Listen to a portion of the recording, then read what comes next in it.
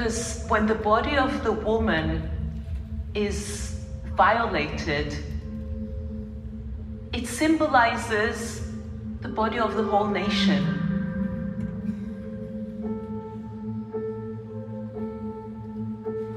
While I was in Gaza, I was chained for 3 weeks. I was kept in a really dark room without being able to move. And whenever I needed to go and use the bathroom, I needed to ask for permission.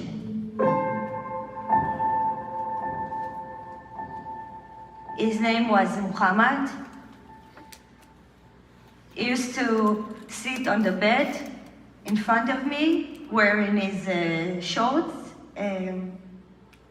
laying down. I remember I couldn't look at him. I was just like looking away and covering myself with the blanket so I wouldn't have to look at him. It made me feel really uncomfortable. He also kept asking me, do I like sex? Do I have sex with my boyfriend? And whenever he talked about it, I just like giggled and say, oh, come on, stop, trying to change the subject. I knew that he's up to something. I knew that something bad is gonna happen. אחד מהמחבלים כל הזמן היה אומר לי,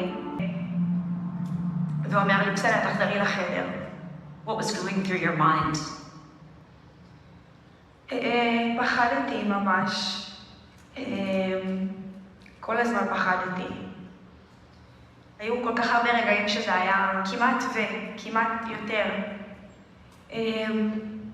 פשוט הגוף שלך הוא פתוח לכלל. אין לאן לברוח. וגם אם יאנסו אותי או שיקרה לי הידיים פה. הקלות שבה הם עושים את זה. החיבור נשק לראש ופשוט לעשות מה שהם רוצים זה דבר שיכול לקרות בכל רגע. את יכולים לאיים אותך באמצע הלילה ולעשות את זה לנגד עיני שאר החטופים. יכולים לקחת אותך לחדר אחר, יכולים פתאום להיכנס לך למקלחת, פתאום לשירותים. כי מי ידע גם? מי ידע?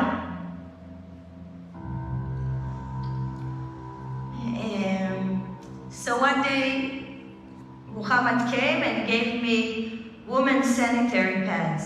He said, damn, when you get your period, after that, you'll take a shower and you'll wash your clothes. And he kept repeating that every couple of times a day. Something is about to happen. And the period was just for one day, but I fooled him to think that the period is continuing. So I remember going to the toilet, folding the pads really tight so he won't see that there's no blood.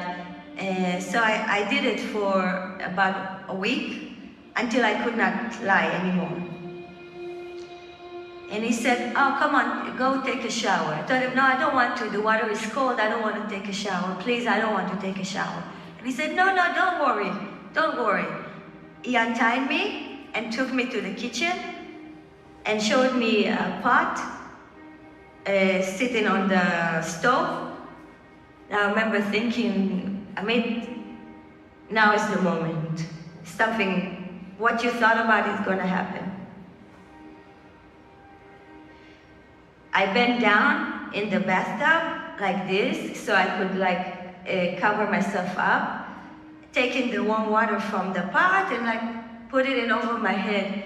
And for 1 second, I completely forgot about everything. I just really enjoyed the warm water on my face. And then I remember hearing him saying, quickly, Amit, quickly. And then I remember I turned around.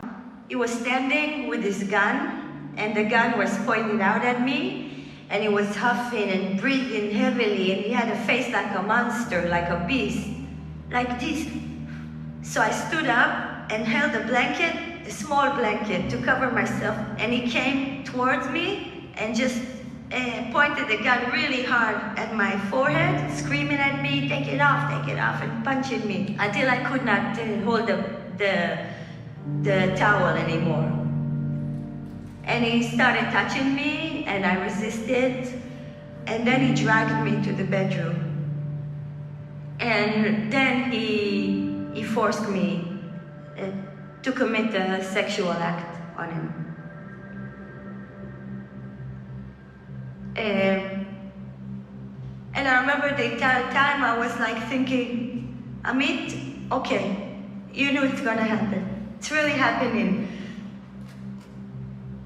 I said to myself, okay, you can handle this. You just want to survive. You need to survive. Your mom, your family is waiting. I just concentrated on that instead of what's really going on. And when he was finished, he went to clean himself up. I got dressed, covered myself up, and I was crying. He came in and he told me, I'm good, Amit, right? I'm good? No, I'm no good. No, I'm good. I'm your friend, right? I remember I could not look at him. I looked away. And then he got really mad. He closed the door, and I was in that room in complete darkness. Then he came in again and asked me, food? Food? I'm good, right? I'm good. Food? And I realized that if I say no, he's gonna punish me again. So I said, yeah, food. And that's the worst part. That I'm completely dependent on him, completely dependent on the guy who just forced me to do what he forced me to do.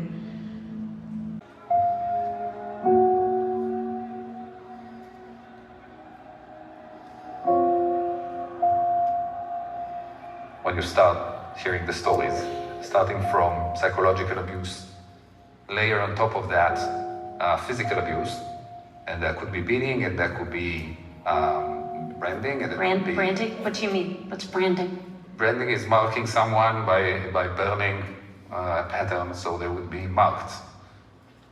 And I got medication to sedate them. Some of the women were very concerned as to what happened when they got those medications. They didn't know. Do you have reason to believe that the hostages left behind faced even more sexual abuse? When I think of the people that are there for over 100 days, I'm scared of what we're gonna meet. We're ready for the unthinkable possibility of pregnancies and for needing to provide help in very, very difficult decisions. I felt disgusted with myself, even though I had no choice. It's really difficult to talk about. But after I talked to the lady doctor and told her, I felt like something was released, like it made it better to talk about it. You haven't talked about this until now. Why? I decided to talk about it only after I heard that people are trying to say that it didn't happen. So I decided that I need to talk. I need to talk for women. I need to talk because I won't forgive myself if I will still see people that are saying that those things didn't happen when I know that they did.